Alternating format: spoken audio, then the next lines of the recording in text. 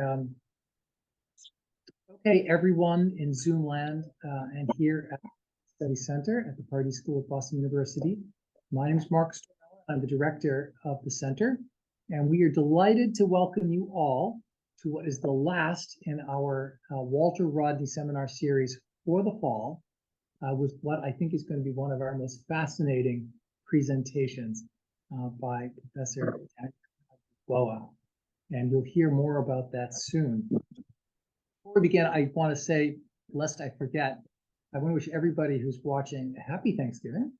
I hope everyone has a chance for a break, but also a chance to spend with friends and family during the holidays. So today, we're very fortunate to have with us Assistant Professor Daniel Agbiboa of Harvard University, where he's Assistant Professor of African and African American Studies. Before joining, he was Assistant Professor of Conflict and Resolution at George Mason's University, Jimmy and Rosalind Carter School for Peace and Conflict Resolution. Noteworthy day after the passing of Rosalind Carter, and a postdoctoral fellow at the University of Pennsylvania's Perry under the research theme of global shifts, urbanization, migration, and climate change, a subject of the hour. Professor Agbiboa earned his PhD in international development from the University of Oxford, St. Anthony's College. I don't know one of those colleges from the other, but I'm sure this one's terrific. It's the party college. Well, we're the party school, so that's fine. Where he was a Queen Elizabeth House Scholar. Congratulations on that.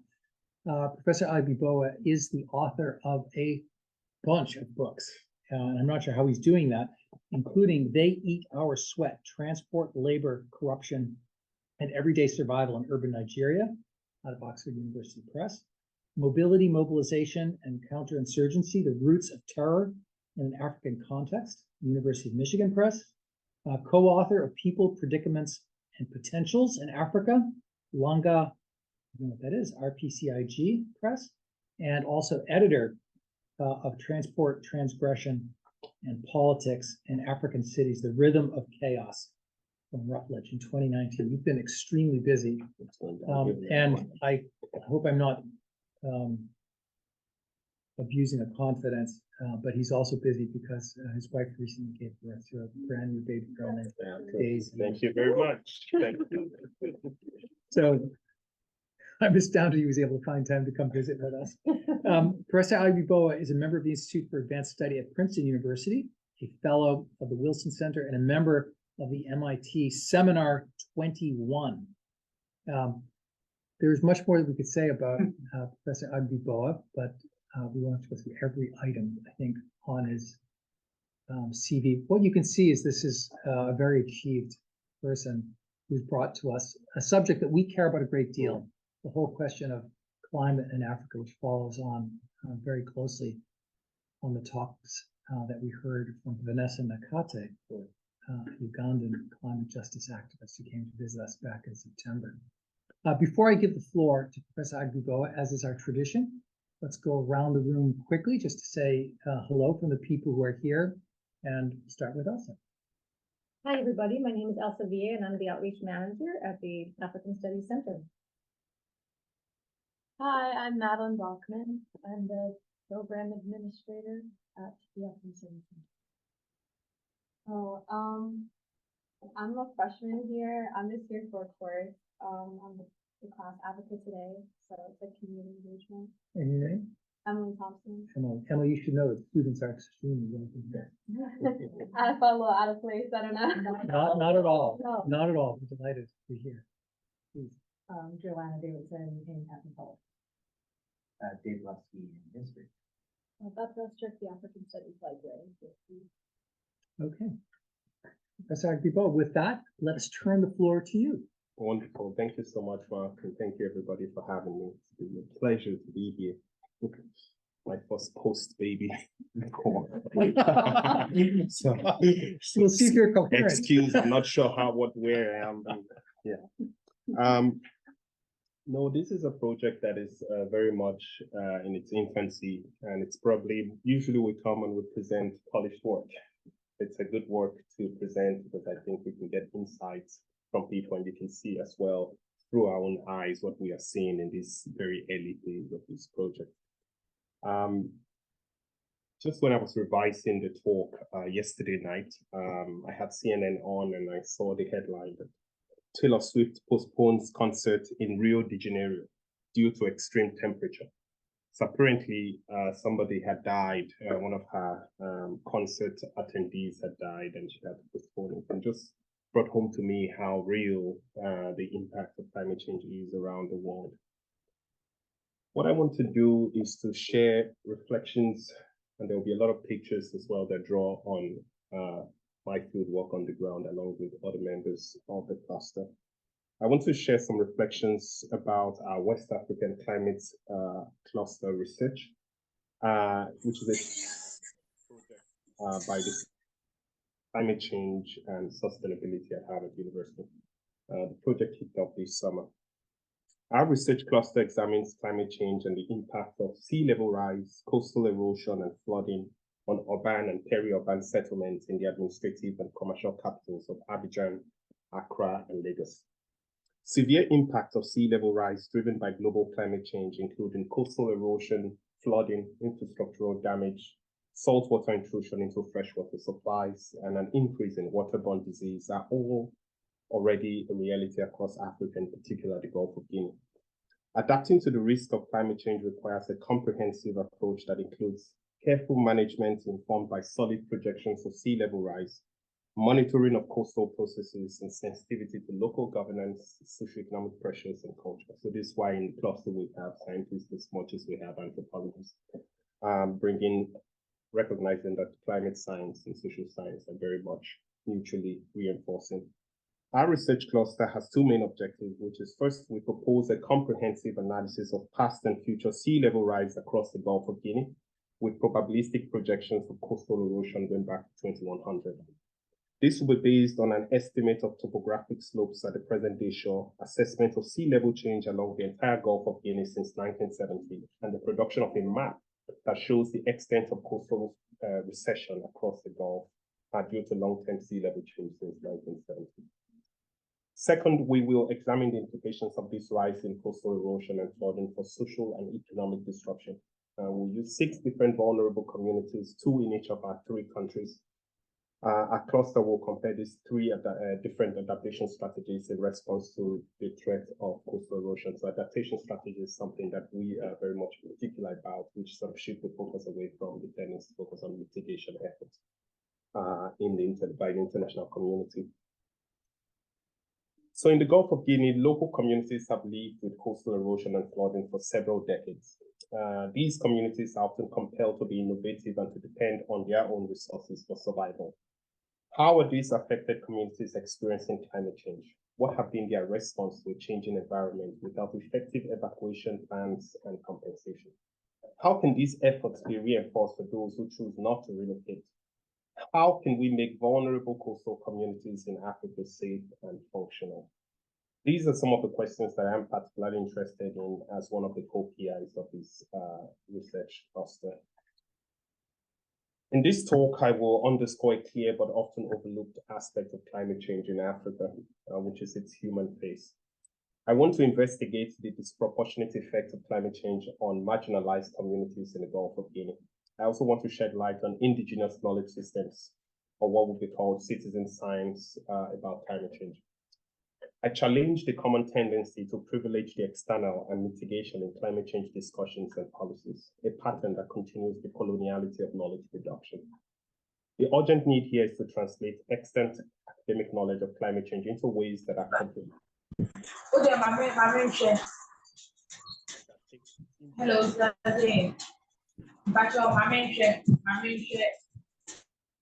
and that take indigenous knowledge systems and adaptation mechanisms seriously. As a cluster, our project breaks with discussions of climate change that are more abstract than felt, more scientometric than social, and more matter of fact than matter of concern.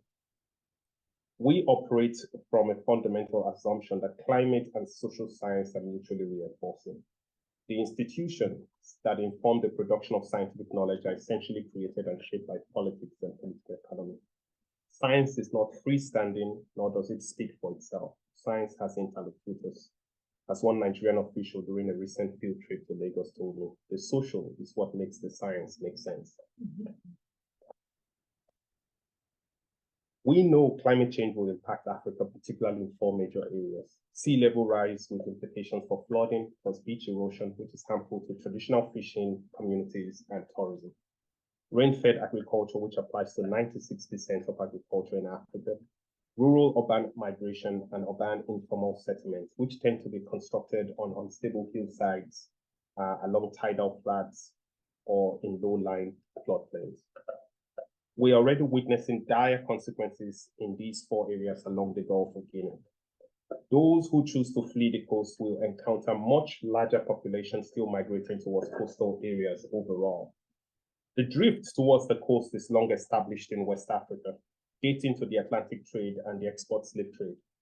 The concentration of social and economic infrastructure on the coast, the site of administrative capitals on the Gulf of Guinea, has served as a magnet for rural-urban migration, despite the increasing instability of coastal zones.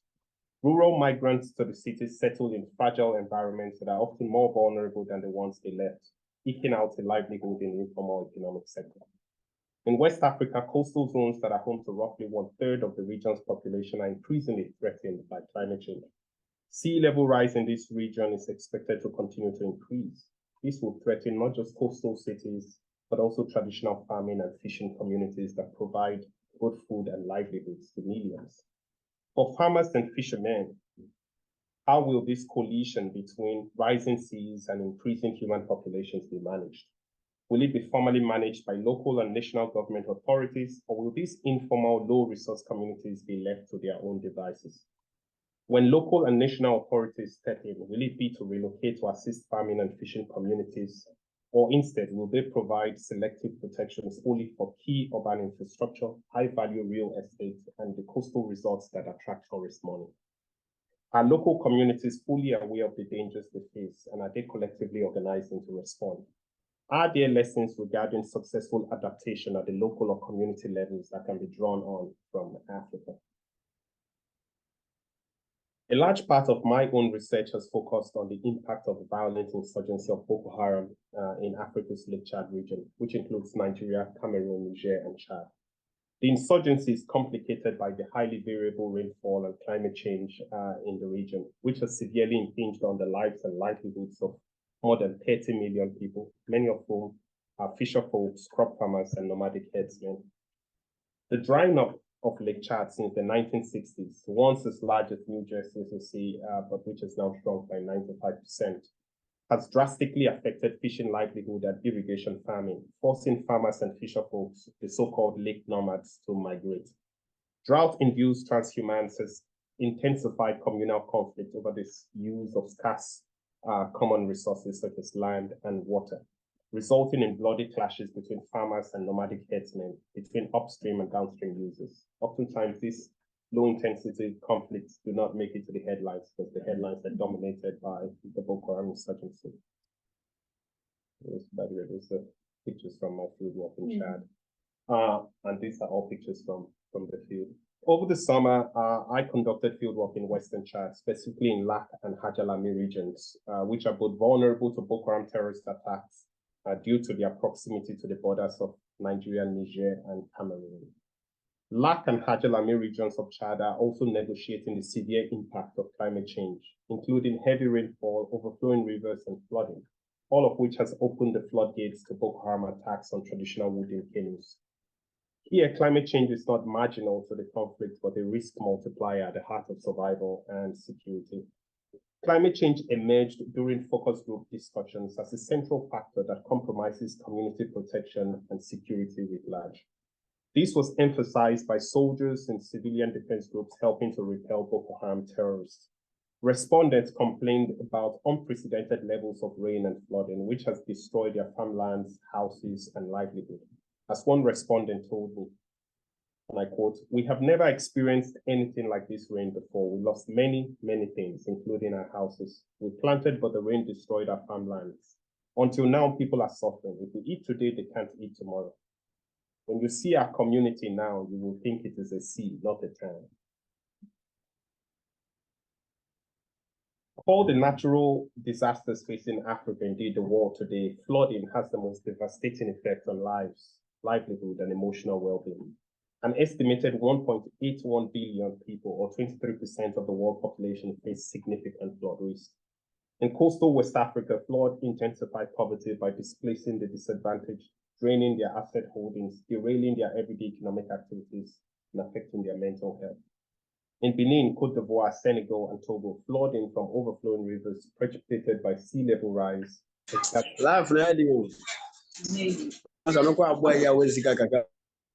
think the World Bank estimates that the fiscal burdens come to about $3.8 billion a year, and the debt toll amounts to about 13,000 deaths annually.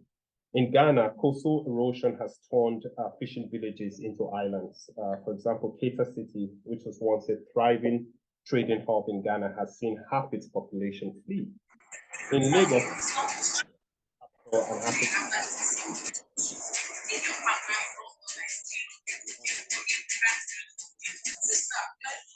anywhere between 50 and 79% of the inhabitants live within 500 meters of the coastline, often on weakened sand-filled lands. Lagos Island is a city built on, in, and around water. For these communities in extremis, recurring flooding, in part caused by the dysfunctional disposal of some 10,000 tons of rubbish generated daily in the city, has become both a way of life and a way of death.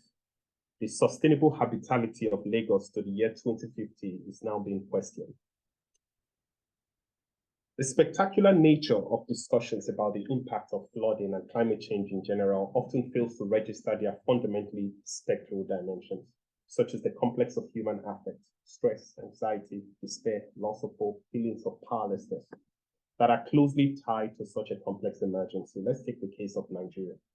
In the last 2 decades, ending in 2020, flood disasters have killed nearly 2,000 people and laid waste to properties worth millions of dollars, not to mention the intangible impact of such disasters. The 2022 flood in Nigeria was unprecedented, surpassing the 2012 flood, which was the deadliest in 40 years, that claimed 431 lives and displaced more than 2 million inhabitants. Extreme rainfall between June and November 2022, compounded by the release of excess water from the Lagdo Dam in neighboring Cameroon, triggered the flooding that affected at least 3.2 million Nigerians in 33 of the country's 36 states. The disaster opened the floodgates of death and depression.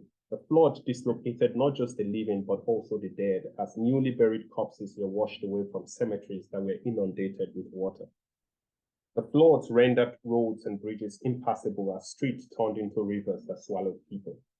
In the aftermath of the flood, millions of Nigerians found themselves trapped in what the political theorist Laura Beland calls survival time. That time of, quote, struggling, drowning, holding onto the ledge, treading water, not stopping. The 2022 flood was exacerbated by anthropogenic factors, including broken water pipes, poor drainage systems, indiscriminate dumping of waste, and the practice of construction on natural floodplains and stormwater paths. Global climate change may not have directly caused the flood, but it certainly stirred a cocktail of conditions necessary for the crisis of habitability and the climate of suffering. At its most extreme, life hangs on affective solidarity and collaborative survival.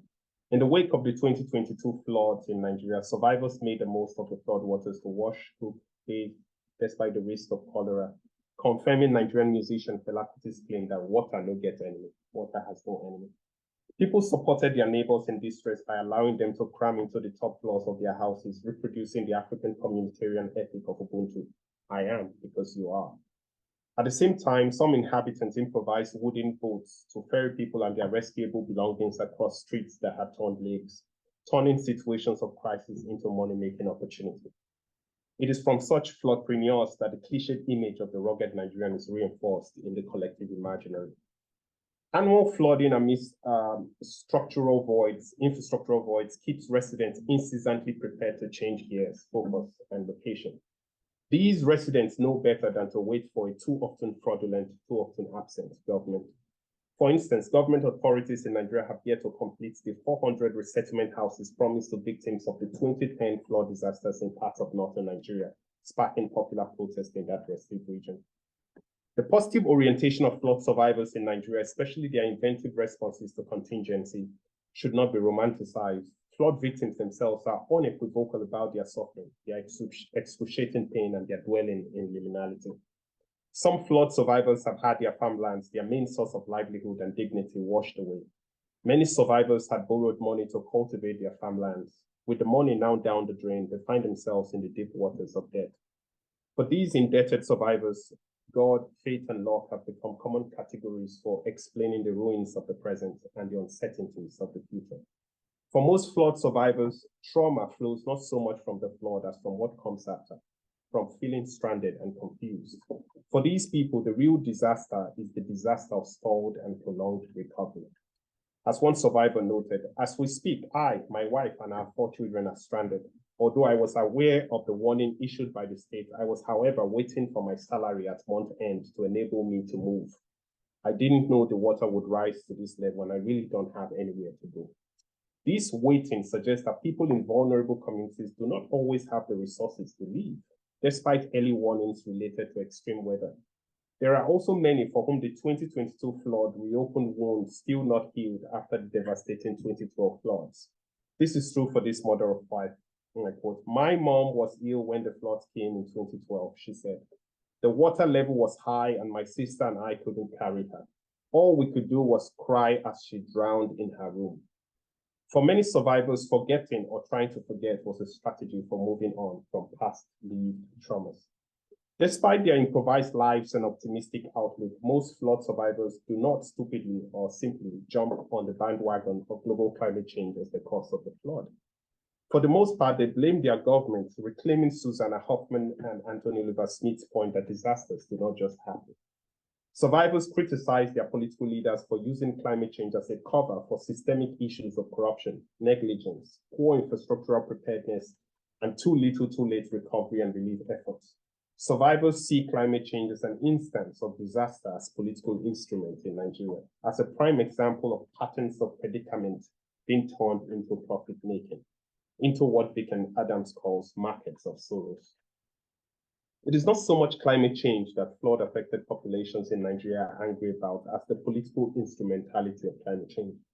They accuse politicians of not learning from the past and of relying on the adaptive capacity of survivors, rather than putting in place the essential infrastructure for flood risk and building flood resilience. By calling out the government rather than the water as the real enemy, survivors found a way to absolve themselves of self-blame and guilt, to recalibrate their suffering as an outcome of poor governance, lack of political will, and injustice and apathy. Survivors are suspicious of good enough flood policies that charge the vulnerable to become the infrastructures that stitch communities together. Nigeria's annual flood, survivors argue, as much a political phenomenon as a product of climate change. What survivors are questioning here is the dominant ideology that blames the vulnerable for their misfortune, that emphasizes personal responsibility over state responsibility. In this manner, they show that climate change is not simply abstract, but politically charged. I want to talk a bit about some of the things we observed during our field work this summer. In summer 2023, our climate cluster conducted qualitative fieldwork in 3 worst affected countries in the Gulf of Guinea, Nigeria, Cameroon, and Ivory Coast, to assess the human face of climate change more closely in local communities' responses and engagement with their changing environment. And these are the reflections. That's myself here with the fishing communities in Azureti. We visited several hotspots in Côte d'Ivoire where coastal erosion has been most pernicious, including Abidjan, a city vulnerable to sea level rise and coastal erosion, Vridi Canal, which connects the port of Abidjan to the Atlantic Ocean, San Pedro, a seaport and an important economic area, Port Boué, located between the sea and the Brie Lagoon, and home to the most important commercial port, Grand Lahou, where the threat of extermination led to the relocation of Lahou Panda and other villages, and Grand Bassam, a historical town and home of the fishing village of Azureti. and Assini, which is noted for tourism. So these are some of the places we've covered. In one case, we learned that the government evicted an entire village called Abrogama in the name of constructing a new coastal road lying 100 meters from the sea. The previous road had, of course, been swallowed up by the sea. They did this without clear plans for compensation of the displaced. In Grand Bassam, locals told us that the sea kills people each year because it is angry. We interviewed the leader of a non-governmental organization in Port Bouet fighting against pollution and carbon emissions through renewable energy and the recycling of waste. Among his main complaints was that most of the literature on climate change is in English, making language a barrier for climate resilience. In Nigeria, we visited Ikwa Atlantic City, which is apparently situated on land reclaimed from the sea and which boasts a sea defense touted as the Great Wall of Lagos. The construction of Ikwa Atlantic City has had adverse consequences for Okun-Afa Beach and community, particularly in terms of the intensity of erosion. For residents of Okun-Afa, their fate is tied ironically and tragically to high-end developments such as Ikwa Atlantic City. Across West Africa, urban mega projects and enclaves such as Ikwa Atlantic City, animated by modernizing visions of a world-class city and their savage sorting, to quote Saskia Sassen, of winners and losers, trouble the ecosystem equilibrium, diverting the flow of water into low-income settlements, leaving them dangerously vulnerable. You can see the ways in which growing sort of protects some areas and cause destruction in others, which is not lost on the local community. We visited Okunaja community where erosion was so pronounced that we had to descend a steep incline to the public beach. Show you how steep, look at that. You have to descend to the public beach. We also conducted interviews at Makoko, an informal settlement of more than 80,000 residents constructed on stilts. Popularly known as the Venice of Africa, Makoko settlement has extensive experience of managing and navigating rising waters for more than 100 years. In Lekki, a town, so you can see they even have a means of transport that works for them. You see those children are selling goods and you can buy chewing gum, bread, whatever you can buy there. That's another story.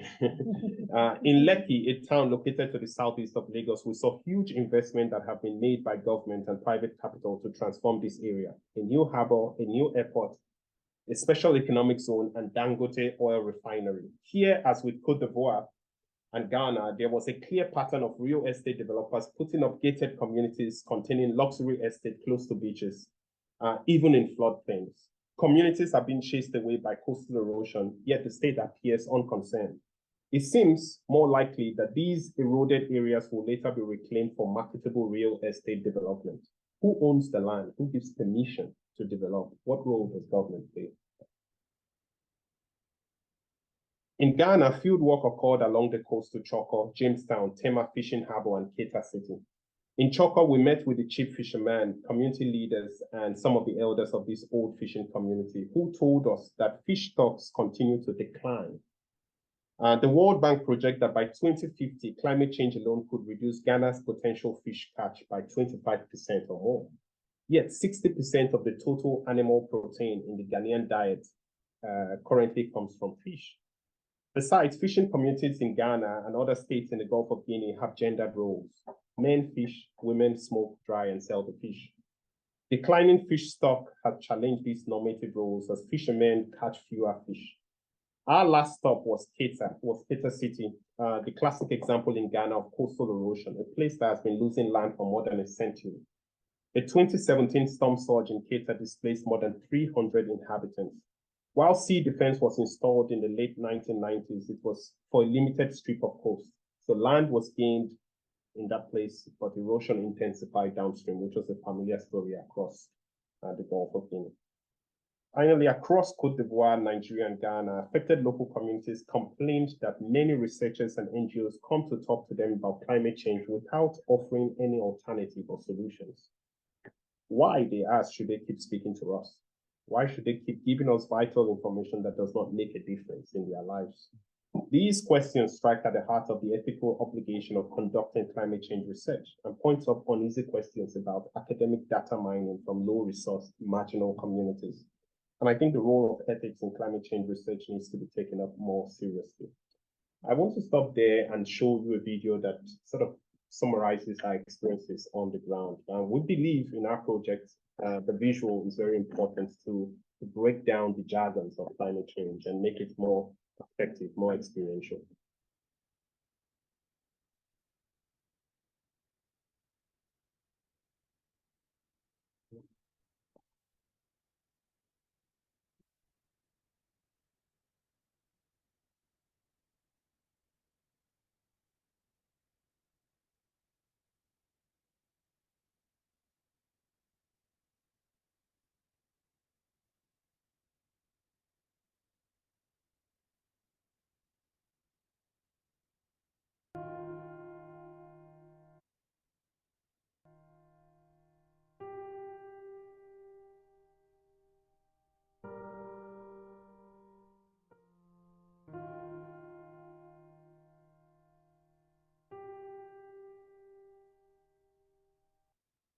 Climate change is a result of the warming of the earth. And what has become clear is that this is a factor very much connected to human activity, especially to the type of industry and manufacturing, especially over the last 100 years, when we started using fossil fuels as a form of energy. With that, the Earth's temperature has warmed up significantly.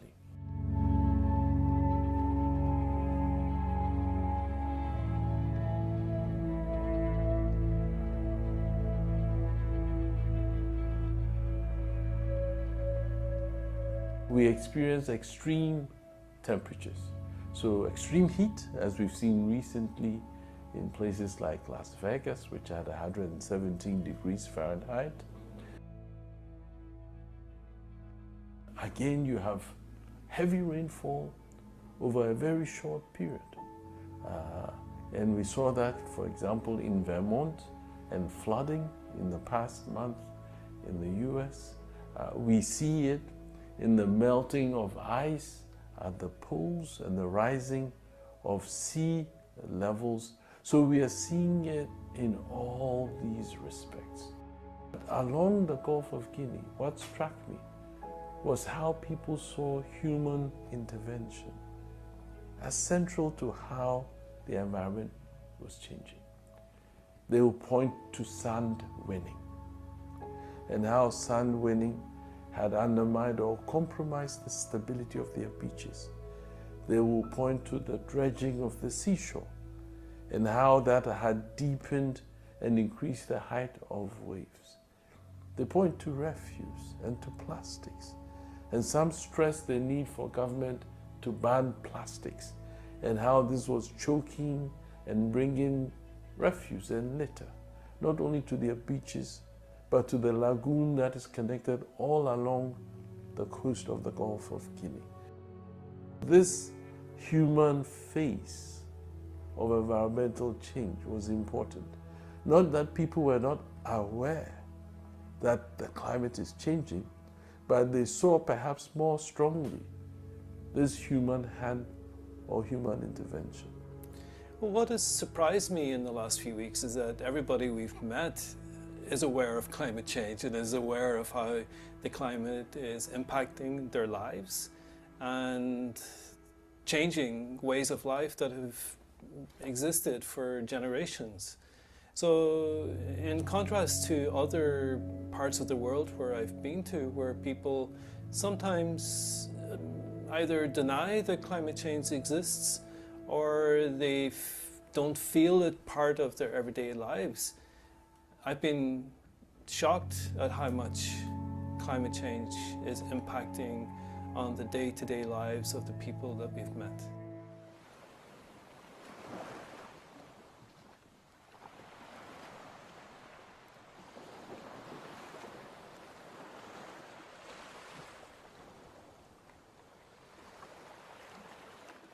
Even without climate change, food security in Africa is threatened by low productivity in the farming sector. Now, climate change makes those problems worse because it pushes up heat, sometimes above the threshold that crops can tolerate, and it makes rainfall less predictable and less abundant in many places. And it is imperative that humans find a way to slow down and even reduce our emission of gases so that the temperature returns to a level that is livable, or will create a lot of mess.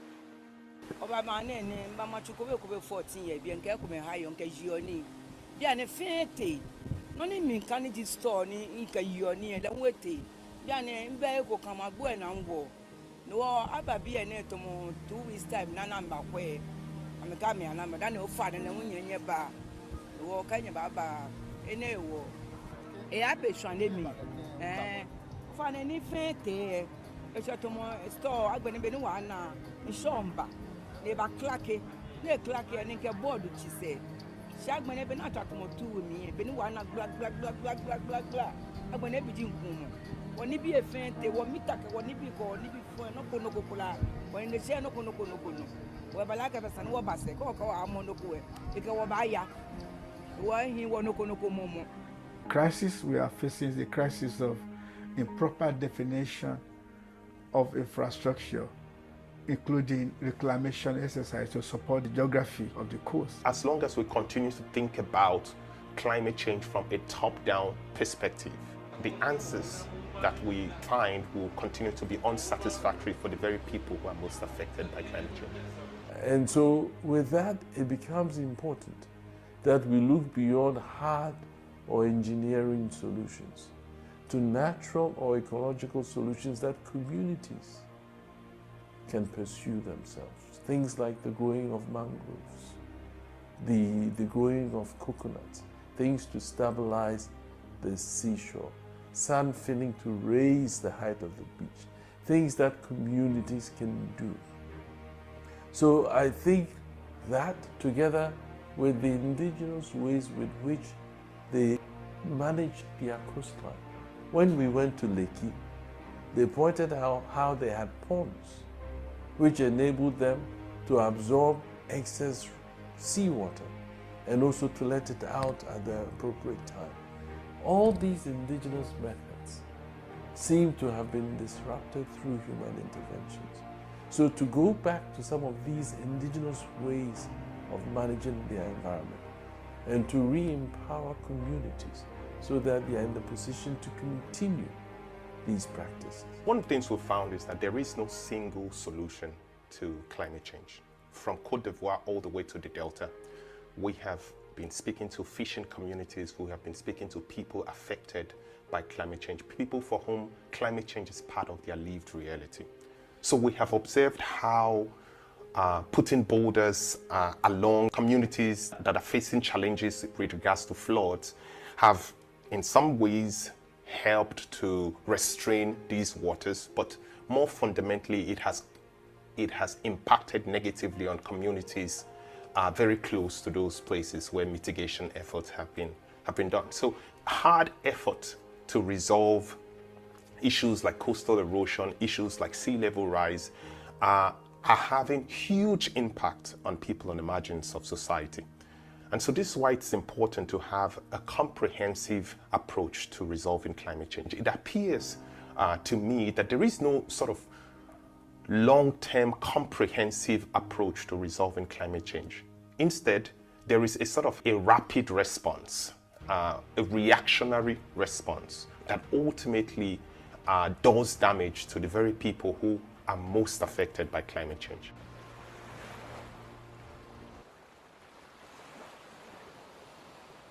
Présentement, je suis à la vitesse de mais ce que je tiens à dire, c'est que depuis ma naissance, beaucoup de choses sont passées à Zotis. Surtout, à Zotis, c'est un village de pêcheurs. L'activité principale de ce village, c'est la pêche maritime. Et dans les années passées, la pêche était prospère. Il y avait du poisson. C'est ici les Français, le gouvernement français, la Zotis qui ravitaillait le gouvernement français en poisson. Tous les jours. Aujourd'hui, c'est telle pirogue, le lendemain, c'est telle pirogue. Tout le monde, vraiment azoti. De telle sorte que nos parents, même, pour mettre les enfants à l'école, c'était un problème. C'est un problème. Parce qu'il y a le poisson, vous ne voulez pas laisser les enfants aller à l'école.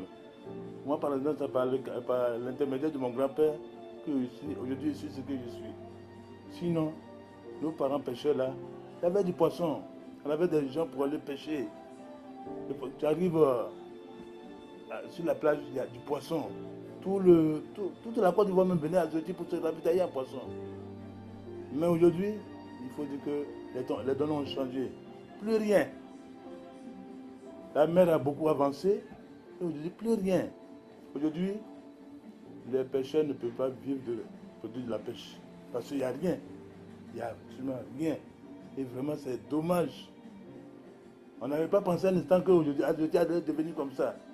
Aujourd'hui, l'activité principale qui est la pêche, vraiment, a beaucoup baissé. À 90% s'il faut. De telle sorte que les parents même n'ont pas les moyens même de mettre leurs enfants même à l'école. Et c'est dommage. C'est dommage. There are a number of measures that we need to do, which the world, the global scientific community has been able to come out with. Increasing our carbon sink by planting more trees that can trap the amount of CO2, carbon dioxide in the Earth's atmosphere. When it comes to the city urban flooding, poor drainage, issues of improper waste disposal have tended to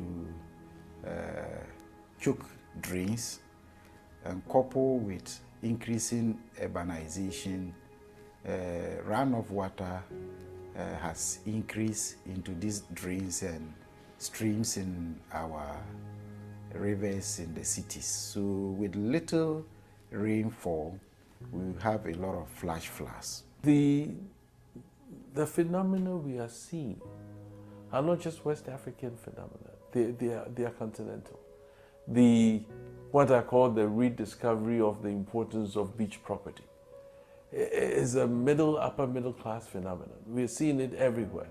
People want to have a beach view, and it's had consequences in the protection of areas considered valuable, in dredging and sand winning. During the Atlantic slave trade, the coastline was where economic activity was. Slaves were brought to the coast, ships came to the coast, merchants came to the coast. So it is almost as if people poured towards the coast. So slaving led to the density of coastal settlements. Colonial rule led to the establishment of capital cities along the coast. And the sort of disparate development, you see the capital city develop, you go 50 miles out of the capital city, it is like you've gone back 200-300 years. So if you wanted to go to a good school, you came to the coast. If you wanted medical treatment, you came to the coast. So the coast has been a recipient of population drift for some 3 centuries or more. So if you look at the West African countries which have a coastline, more than 40% of our population is concentrated along the coast. Where are they going to find land to build? So that we see people building on wetlands, that we see people building on floodplains. It is a result of the demographic predicament that we find ourselves in. Town planning has collapsed, as we saw from government, from country to country. So there's no enforcement of building regulations and codes, which further worsens the stability of the coastline, because you've cut the mangroves, you've built on the wetlands, the things that's supposed to stabilize the coast, because you need land to build. There's a lot of human activities along the coast, and a proper environmental impact assessment needs to be conducted, in many cases to reduce or limit the impact, the negative impact of some of these developments on the coastline.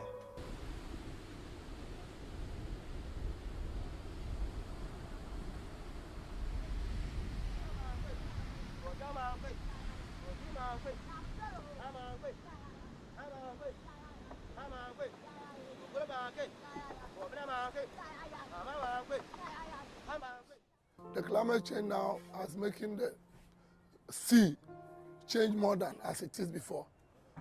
Because formerly, when we go to the sea, many fishes we catch, and then now the sea has overflown to the level that sometimes we can stay house for 3 days because of the waves. As the sea is big, the fishes all they will go up high seas. So that when we go, we cannot see them. That is affecting the fishing work in Olubedu.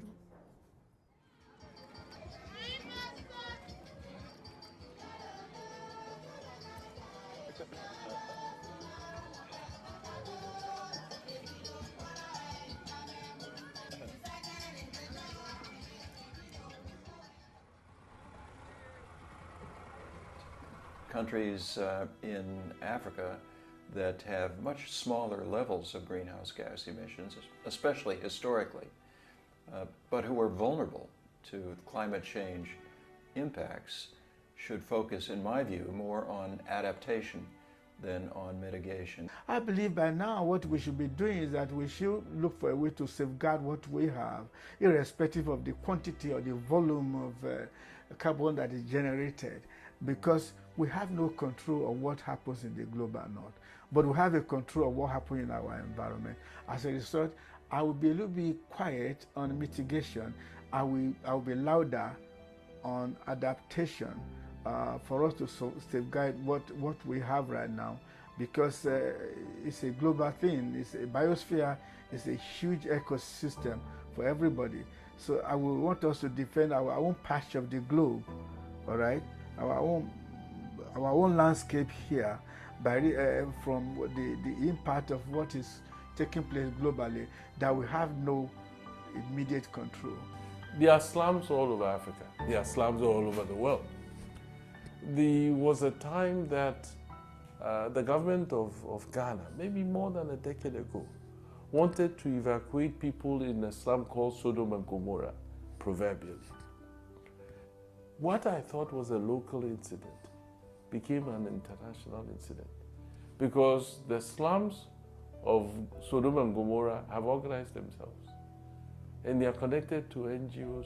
The international backlash that came for trying to evacuate people from, the government left them alone. So governments may not link up, but it is important that coastal communities find a way to link out. And I think the linking up, the intermediary, will be NGOs. And that would enable lessons learned somewhere be transferred to some other places. That would give them more of a voice. Because we saw fishing communities after fishing communities tell us they have no hope that government will come to their help. So how do we empower them? We empower them not in single communities, but finding ways to connect them to other communities, to connect them to NGOs, to connect them to international bodies, so that their predicament ceases to be a local predicament. It becomes a national, a regional, and an international predicament.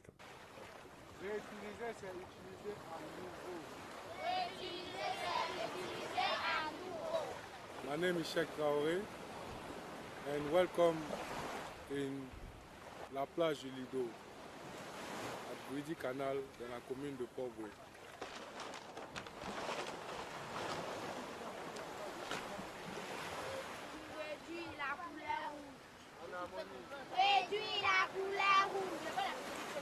grew up here, and I remember when I was young, we used to come and collect the shit. And now time flies, things have changed.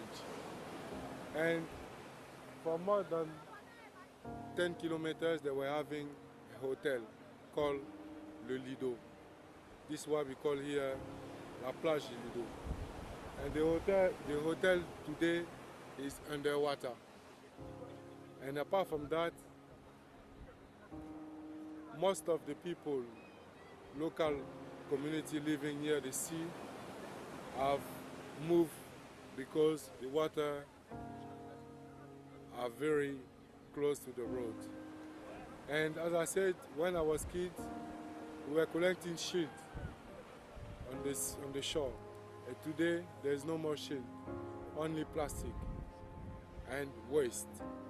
And we're doing our part to keep on maintaining our environment, and for a sustainable future, we engage with youth on those matters. Addressing issues of climate change is to be an activist. You cannot study climate change without being an activist. You cannot study climate change without engaging with the political, because climate change necessarily operates in the realm of the political, in the realm of the social, in the realm of the cultural, the religious, the everyday. So if you come and you say you want to study climate change, you want to look at how local communities are adapting to climate change, you must realize that the everyday and the political are intimately connected.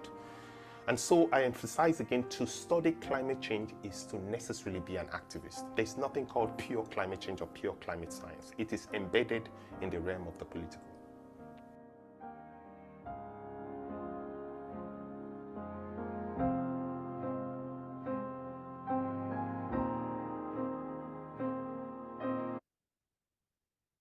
That's it. That was the video. Professor Daniel Agbiboa, as you can see, you've given us a lot to think about and been very provocative.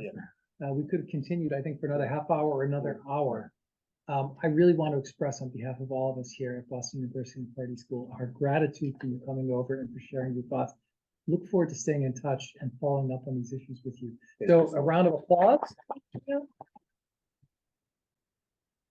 And for all of you who are lovers of the Walter Rodney seminar series, I want to tell you that we'll be commencing again in the next semester. We'll have our first one on January 29th on mobile money in Africa with our very own Jonathan Greenacre. And on February 5th, we will have Ethiopian Crisis, From War to Peace and Back. Dan Connell will be speaking then. We'll be publishing our full list of Walter Rodney lectures for the spring semester shortly, so keep an eye on our webpage. And meanwhile, I also want to draw your attention to the K through 12 African Studies Teachers Workshop, which is an annual event, and Elsa Hay is deeply involved in that. And it will take place on December 9th on Education for Justice, Amplifying Voices when histories are silenced. Another provocative subject if you're not sufficiently provoked by today. So thanks to everyone. Thanks to the folks who kept the process all running this semester. Thanks to our guest, Professor Daniel Agbiboa. And to everybody, a very happy Thanksgiving. Thank you. Thank you all. Thank you very much. Bye, everybody.